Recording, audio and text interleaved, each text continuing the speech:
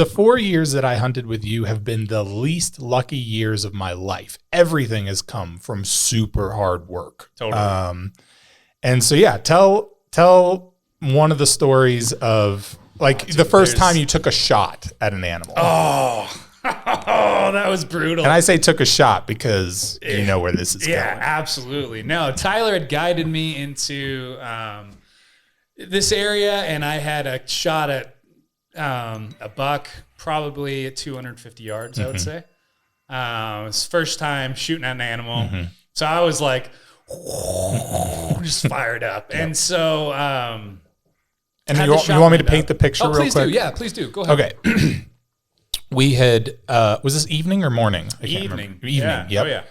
We had hiked up where I had been seeing these deer crossing on this ridge line. And I knew that they're either going to be on the ridge line that we're on or they're going to be on the next one, hoping that they're on the next one. We hike straight up this mountain, and I got to be honest, it's not a very far hike, which is great. It's easy. Yeah, it's very simple. You hike straight up this mountain. It's probably, I would say you're going maybe 1,000 yards up the mountain or less.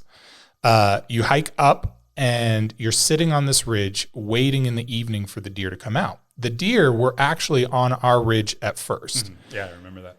And so I start seeing them funneling through, and I'm like, get down, get on your bipod, because he's new. So I'm trying to like get you prepared. No, absolutely. And so you jump down your bipod, and these doe are jumping into this open gap. And I kept saying, I'll tell you when to shoot, knowing that they're jumping through this gap. Yeah. And it was doe after doe after doe after doe. No bucks. I'm like, okay, great. We're going to wait on this face where the deer usually come out. And I know that these does are going to head towards this face on this other ridge that are like 200 yards away. My thought process is the wind is blowing uphill, and usually the big bucks are above where these doe are. Maybe they'll smell it and come down. Sure. So take it from here. All that to say, Tyler was right. And eventually a buck did pop out.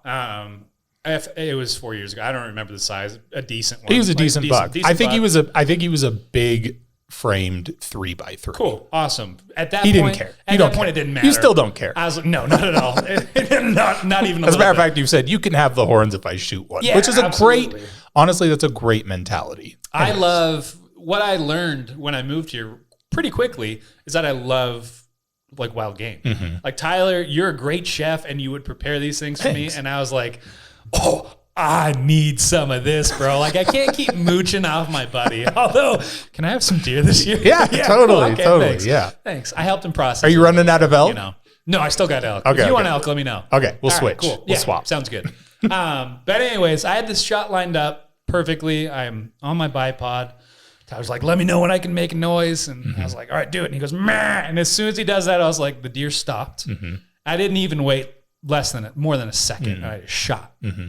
I shot with I'm kind of a smaller guy. I shot with a 30-06 and I'm a weenie. And so it kicks back real good. And so like I took a shot and then I couldn't really see anything. I was like, what happened? And you're like, I think you hit it. And I was like, what?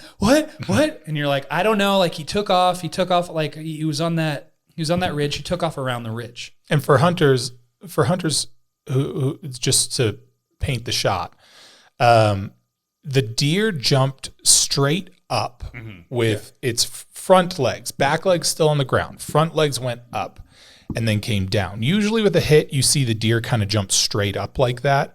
And a gut shot, you'll often see it lurch forward or lurch down and kind of hunker down and slowly move. It didn't do any of that. So I thought it must have been a good shot, the way he jumped up.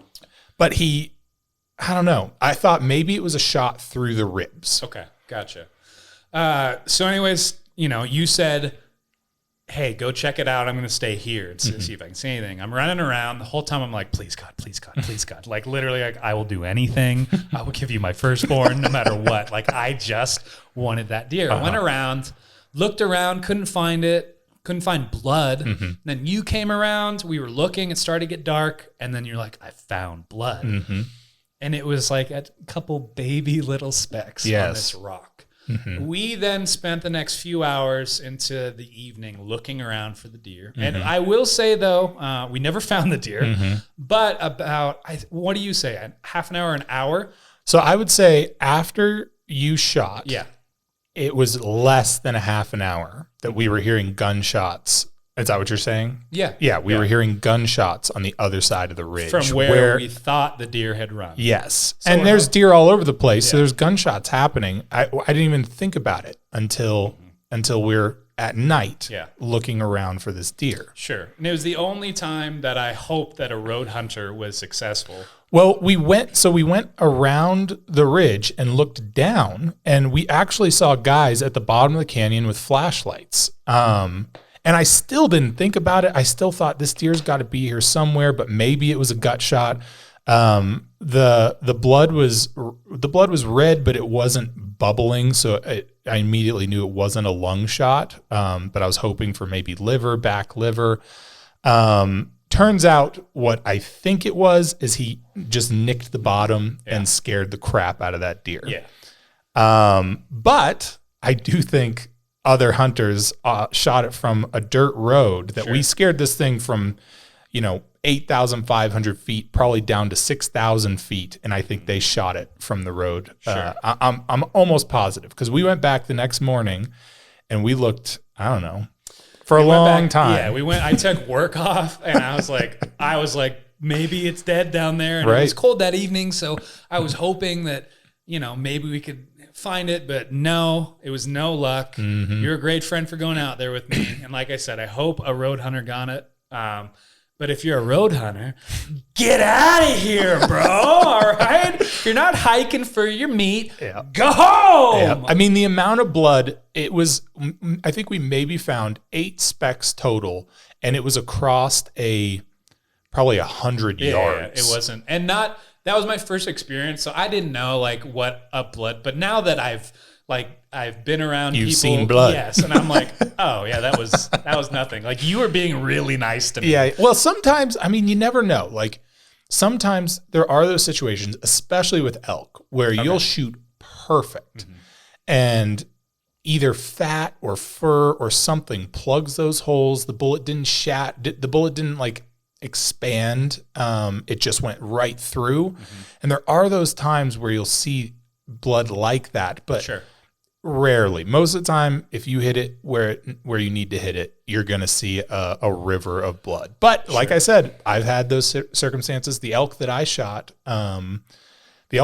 with my rifle, I hit it and it was in snow, standing in snow. Yeah. I hit it twice. And by the time I walked up to it, all I could see were tracks, and the tracks led away, and I saw no blood in the snow. Oh, and really? I was like, I missed. Oh. Like, how did I miss? I have no idea how I missed. And so I was walking around following these tracks, but kind of just thinking I would see the blood in the snow. There's no way that I hit this thing. Yeah, especially in snow. And then I started even hunting. This is a huge mistake. I even started hunting for deer because I was like, oh, there's a buck over there. I started going for the buck because I thought I missed the elk. And then I luckily heard something in the trees below me, and it was the elk had probably just fallen over and was dying and thrashing and kicking the trees.